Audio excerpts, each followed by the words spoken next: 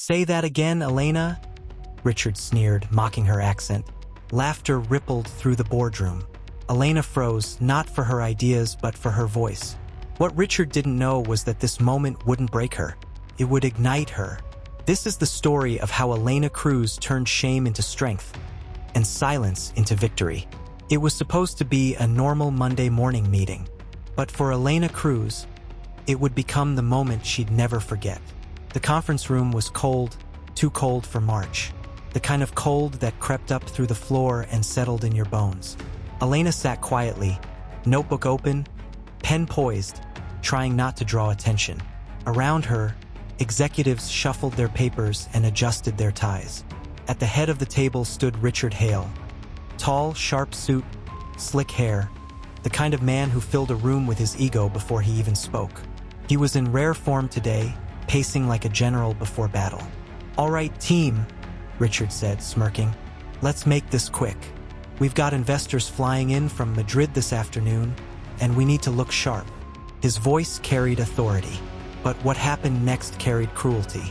As Richard rattled off assignments, he glanced at Elena. She had been hired 2 years earlier as a strategy analyst. Smart, hardworking, the kind of employee who never complained, never missed a deadline. She had practiced the words the night before, reading aloud in her apartment until the syllables felt smooth. But none of that mattered. In 2 sentences, Richard had reduced her to a punchline. She swallowed, forced her voice steady. "No translator needed," she said. "The projections show." But Richard cut her off with a grin. "Don't worry, Elena. We'll keep the big words to a minimum." Laughter again. Louder this time. Something inside her broke. But not the way Richard expected. Not with shame. With resolve. Because deep down, Elena knew something Richard didn't. The very accent he mocked would soon become the only thing that could save him. He thought her words were a weakness, but he had no idea. Those same words would become his lifeline. To understand why those words cut so deep, you have to know Elena Cruz. Elena grew up in a small coastal town in the Philippines. Her father worked at the port. Her mother taught at a local school. They didn't have much, but they had pride in hard work, in education, in the power of persistence. As a child, Elena loved languages. She spoke Tagalog at home, learned English in school, and taught herself Spanish from her grandfather's old radio. At night, she would sit by the window, listening to foreign broadcasts bouncing through the static, mimicking the voices, shaping her mouth around unfamiliar sounds. It wasn't just a hobby, it was her ticket out. By the time she turned 22, Elena had graduated top of her class and secured a scholarship to study finance in the United States. It was her dream, and her family's dream, all in one. But dreams are complicated. In America, Elena quickly learned that brilliance didn't erase differences. Her grades were impeccable. Her strategies are sharp. But when she spoke, people tilted their heads. "Sorry, what was that?" they'd ask. Or worse, they'd smile politely, dismissing her before she could even finish her sentence. Her accent became a mirror, reflecting back the biases of those around her. By the time she landed a job at Hale & Co. Financial, she had already built a skin tough enough to endure microaggressions. Still, every sting left a scar. And Richard Hale had a way of pressing on every scar. To Richard, accents weren't a sign of intelligence. They were a punchline. And Elena? She was his favorite target. In meetings, he would mimic her phrasing under his breath, just loud enough for others to hear.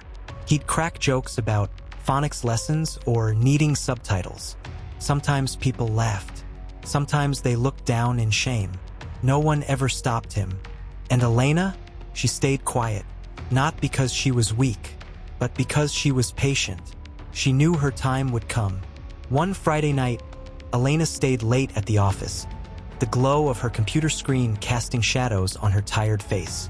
She was preparing financial models for a potential international partnership with Grupo Esteban, a powerful Spanish investment firm. Most of her colleagues saw numbers. She saw connections. She didn't just crunch figures. She analyzed patterns, anticipated cultural nuances, and spotted what others missed. Her models revealed a truth.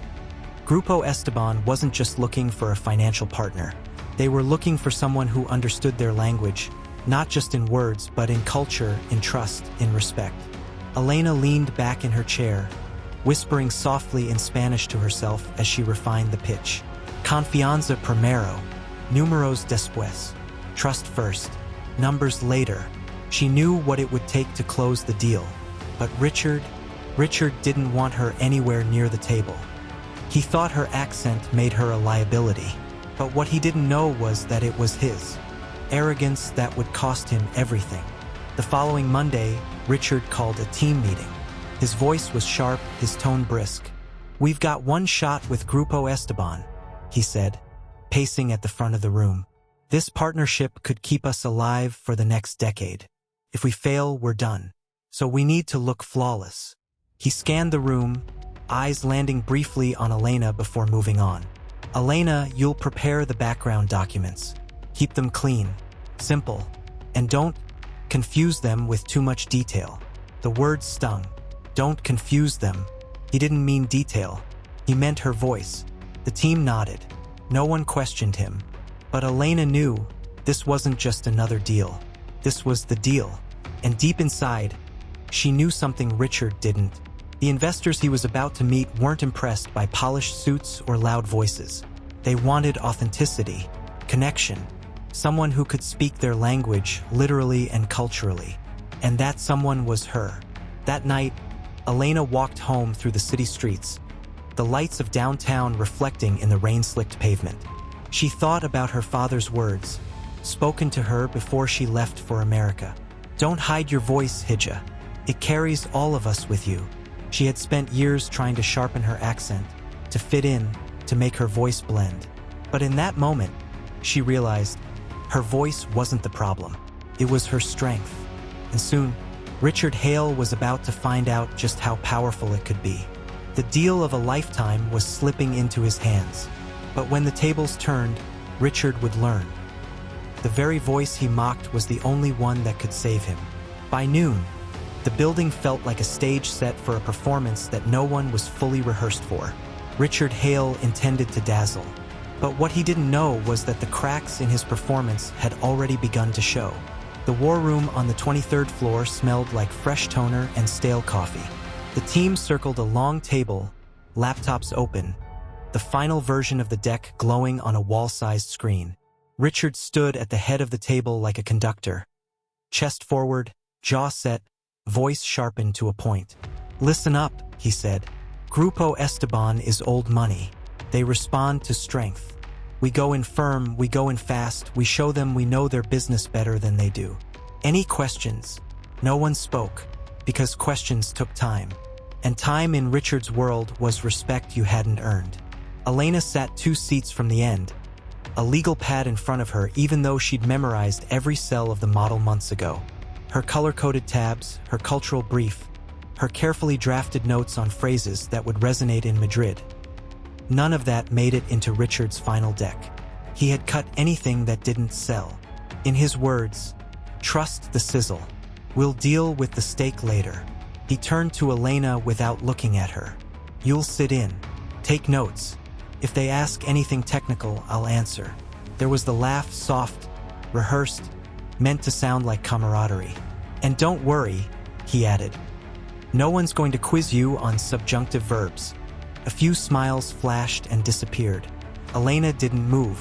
She wrote 2 words on the top line of her pad. Confianza primero. Trust first. He thought the deal was about numbers. She knew it was about language, the kind that lives under words. At 2:07 p.m., the elevator opened and the delegation from Grupo Esteban stepped into the reception of Hale and Company. Financial, like a small self-contained weather system. Cool, still, watchful. There were 3 of them. Javier Esteban, mid-60s, the founder's son and current chairman.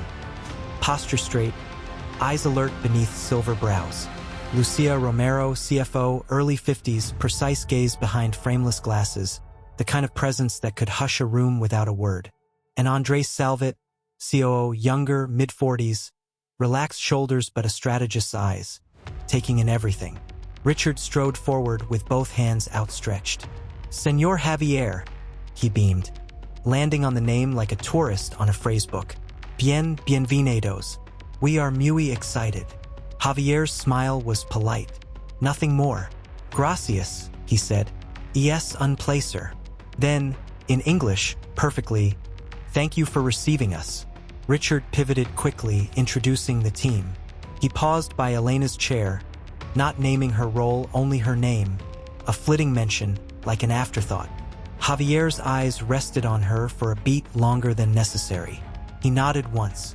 She returned the nod, calm. Sometimes a nod is not a nod. It's a test. A bookmark. A silent, I see you. Inside the glass-walled conference room, the skyline of the city sharpened into a grid of winter light. Richard took the head of the table. Elena slid into a chair near the end, halfway in shadow. The screen brightened with the title slide, Hail and CO. Ex Grupo Esteban, Strategic Partnership Proposal. Beneath it, Richard's tagline, Accelerate, Dominate, Expand. Elena felt the miss immediately. Accelerate, dominate, verbs that played well in certain rooms. But not this one. She thought of the line in her brief. Avoid aggressive metaphors. Emphasize stewardship and resilience. She watched Lucia read the slide twice and blink once. Slow. Richard launched into the open. It was a glittering monologue: momentum, synergies, capture rates, an 18-month payback window that shaved 3 months off Elena's most optimistic case. He had culled the caveats and rounded the corners until the numbers gleamed. He didn't mention supplier leverage thresholds or the labor stipulations in Esteban's union contracts. He didn't flag currency risk beyond a single footnote. It was sizzle, all sizzle. 10 minutes in, Richard dropped what he thought was a joke. Of course, if we all need a siesta after lunch, he grinned. We'll keep the models light. Silence. A clatter from the hallway. On screen, a chart shifted to a waterfall of EBITDA. Adjustments that looked like a cliff. Sometimes the room doesn't speak with words. It speaks with breath. With stillness. Lucia lifted a hand, palm small, movement exact. Excuse me, she said, English crisp and neutral. On slide 7, your working capital assumptions. You've reduced days payables outstanding by 8 days within 2 quarters. That contradicts the supplier leverage data you included in your appendix. Richard smiled like it was a gift. That's the beauty of our approach, he said, pacing a step. We push. We win. Lucia did not smile. Our suppliers are not pushed, she said. They are partners. Elena felt the line land with a thud that only she seemed to hear. She had written a whole section titled Partnership, not Pressure, and Richard had cut it for drag. He clicked forward. Look, our risk is minimal, he said. We've got covenants mapped in. We'll control the timing. You just need to trust us. Javier's eyes flicked to Lucia, then to Andres. He folded his hands. Trust, he said softly, as if tasting it. Yes, trust is important. Richard nodded as if they agreed. They didn't. For the next 30 minutes, Richard performed. He mispronounced 2 surnames, talked over Andres twice, answered a question Javier had directed to Lucia, and leveraged his semester abroad story in Barcelona, referenced 3 times, as proof of cultural fluency. Once, in a flourish, he said, Como dicen en España, lo barato sale caro, and then proceeded to misapply the proverb to a slide about discounting. Elena saw Javier's mouth register a microscopic twitch, amusement perhaps, or weariness. The first crack is never the loudest. It's a hairline you only see when the light hits it just right. Halfway through, the delegation asked for a short break. In Spanish, Javier said to his colleagues, too quickly for anyone but a native speaker to follow. No hay sensibilidad en su planteamiento. Demasiada prisa. Falta respeto por nuestra manera de trabajar. There is no sensitivity in his approach. Too much rush. A lack of respect for how we work. Elena's pen paused. She didn't look up. Lucia answered, also in Spanish, ¿Why los supuestos, irreals? Hey huecos, pero la analista, la que toma notas, me parisque entend. And the assumptions, unrealistic. There are gaps. But the analyst, the one taking notes, I think she understands. Elena's throat tightened like someone had set a hand gently there and waited. She kept her face neutral, her notes neat. She wrote 3 bullets in the margin in Spanish. A code she hadn't planned to use today. Relation con proveedores equals intocable. Cultura, paciencia, precision, respeto. Riesgo de reputación, rendimiento corto plazo. Richard re-entered the room with a fresh smile, oblivious to the language that had just brushed past him like a ghost. He restarted with a sprint. We'll prove ourselves in the first 90 days. We'll drive quick wins, then scale. Gentlemen, and Lucia, the market won't wait. The market would. The people wouldn't. Lucia tapped a thin finger on her notepad. Your labor impact analysis, she said. Page 23. You've indicated a 7% workforce optimization in year 1. Richard didn't blink at the word he'd chosen. That's right. And you have accounted for the collective bargaining agreements we sent you? He smiled again. Our legal team will thread the needle. It's what we do. Elena could feel the exact moment a door inside Lucia closed. It was subtle, almost beautiful in its precision, like a clean fold in origami. From open to shut, from perhaps to no. Arrogance is a language too. People understand it everywhere. The meeting limped toward an end. Richard saved his flourish for last. The valuation slide. He had bumped the range by a bar and a half, draping it in the soft glow of scenario upside. In the optics, it was a masterstroke. In the culture of Grupo Esteban, it was a breach of restraint, of humility, of shared frame. Javier closed his folder carefully. Thank you, he said, returning to Spanish for the final sentence to his colleagues. Soft as prayer. Lo pensaremos con calma. We will think about it calmly. They stood. Handshakes, measured, professional. Andres lingered by the glass, looking out at the river cutting a dark line through the city. He glanced back at Elena, hesitated, then gave the smallest nod. Not a bookmark this time, a bridge. The door closed behind them. The room exhaled. Richard spun to his team, hands on his hips. Boom, he said, as if detonating a charge. That's how you run a room. Thoughts. Silence. Then one of the associates piped up with a careful, strong presence. And another said, numbers landed. Elena said nothing. She watched the slide deck shrink to a blue desktop and felt the weight of a choice gathering like weather. When the others filtered out, Richard paused by her chair. Good notes? He asked, glancing at her pad without waiting for the answer. They'll sign. You'll see. These people want to be led. Elena's voice was steady.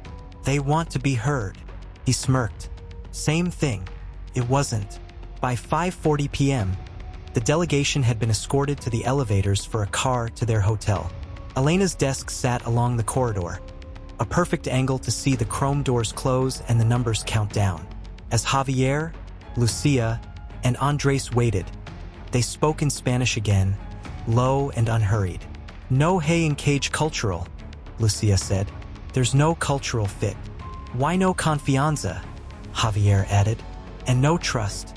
Andres lifted a hand, palm out, weighing a counterpoint. La analista. He paused, searching for the right word. La joven. Habrá que ver si hay otra forma. The analyst, the young woman. We should see if there's another way. The elevator opened with a soft chime. They stepped in. As the doors slid shut, Javier looked up, and for a moment, a breath. His gaze found Elena's through glass and distance. He inclined his head once, a gesture carved from old manners and new respect. They had come for numbers and found an absence. But they had also found an ember. At 6:12 p.m., a polite email arrived in Richard's inbox. Thank you for the presentation. We will revert after internal discussion. It might as well have said, you have 2 days to remember who we are. Richard printed it, slapped it on the table in the war room, and grinned. Standard dance, he said. They'll posture. Then they'll sign. Elena looked at the printout and saw not a posture but a pause. A test. a door half open. She went back to her desk and opened the brief she'd written and he'd cut. She reread the first lines. For Grupo Esteban, partnership is custodianship. They will not be impressed by speed, but by care. They will not be moved by dominance, but by listening. Her phone buzzed. A Slack message from Maya in legal, the one person who always seemed to hear what wasn't said. Maya, legal, how'd it go? Elena, loud. Maya, sigh. Anything to fix? Elena, maybe everything. Maya, say when. Elena stared at the cursor, blinking. She felt the moment approach from a distance, like a train rounding a curve. Not here yet, but inevitable. She had kept her head down for 2 years. She had swallowed 100 small humiliations for a chance at one large win. The door would open again. And when it did, the voice he mocked would be the voice that decided everything. Outside, the winter light thinned to blue. In the reflection of the glass, Elena looked like two people. The one who took notes in silence and the one who could save the deal. Soon, only one of them would be allowed to remain. When doors close, decisions open, quietly, in places without microphones. At 7:14 p.m., a reply from Grupo Esteban lands in Richard's inbox and the CEO's. Thank you for your time. We will pause to consider alignment on approach and values. If we proceed, it will be with adjustments to governance, labor, and supplier strategy. It is polite, surgical, and, if you can hear between the lines, alarming. Richard prints it, lays it on the war table, spins it like a trophy. They're posturing, he says. They want us to chase. We don't chase. He adds a smiling thumbs up in the group chat. Across the floor, Elena reopens the cultural brief Richard cut. Header, confianza primero. Números después. Trust first. Numbers later. She types a quiet note to Maya in legal. Elena, their pause isn't price. It's fit. Maya, I know. Elena, we need to acknowledge tone and reframe.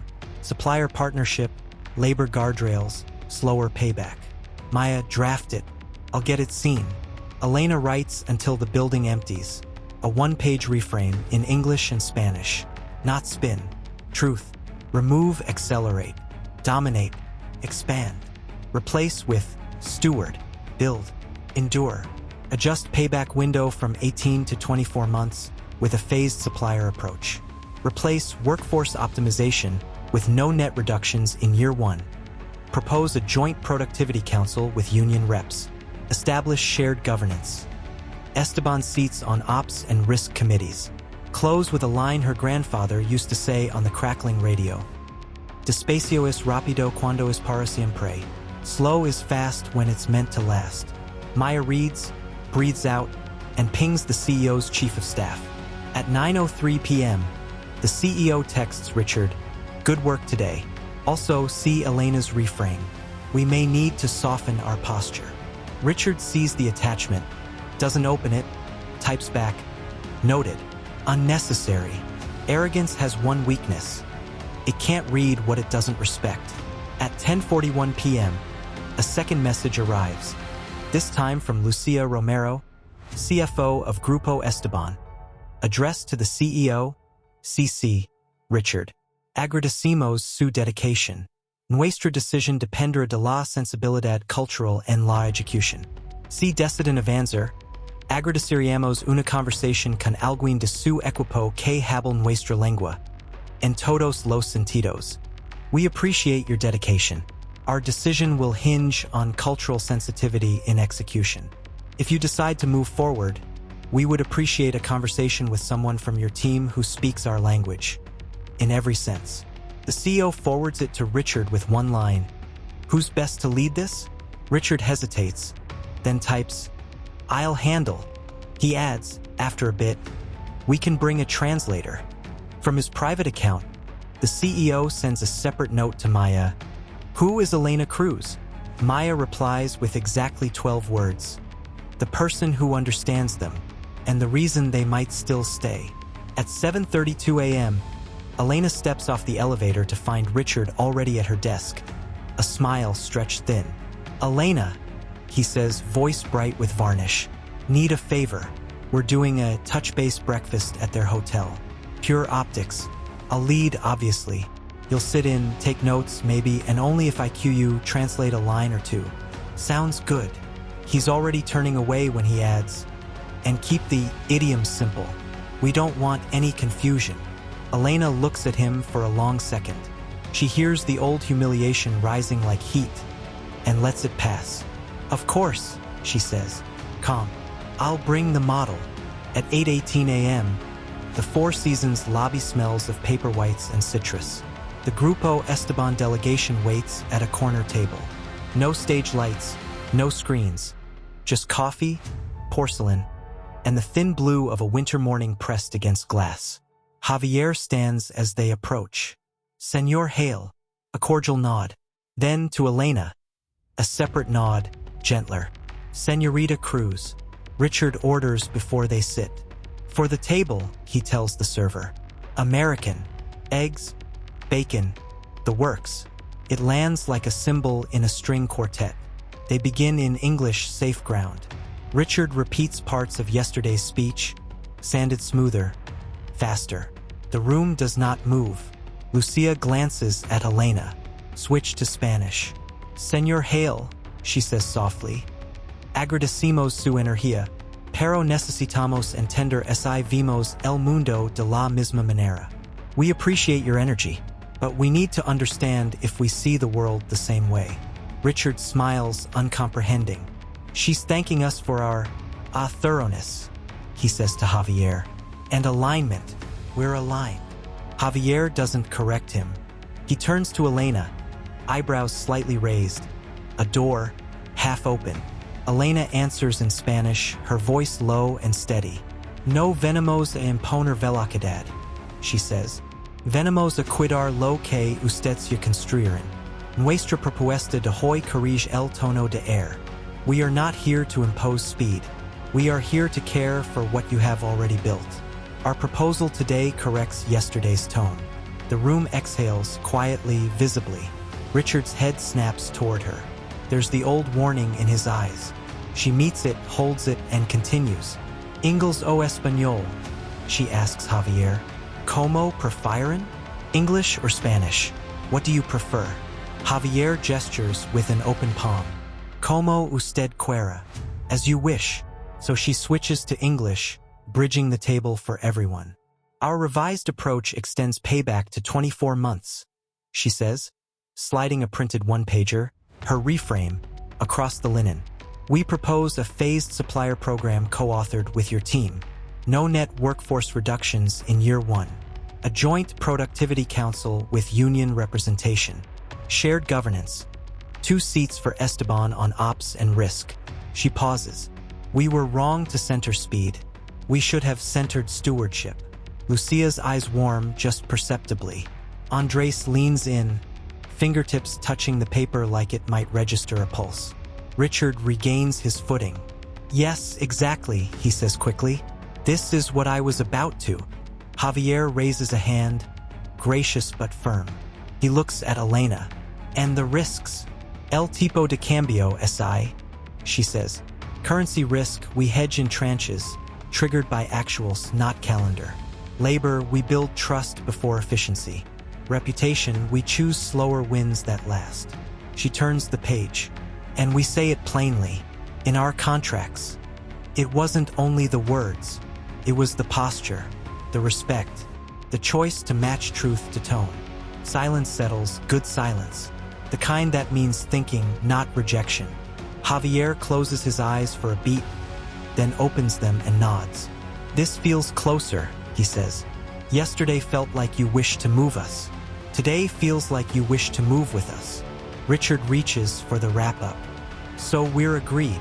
Lucia lifts a finger. One condition, she says. From this point forward, Elena is our primary counterpart. We will not proceed otherwise. It's polite. It's absolute. Richard's smile falters, then returns, brittle. Of course, he says. We're one team. Under the table, Elena's hands tremble once, then go still.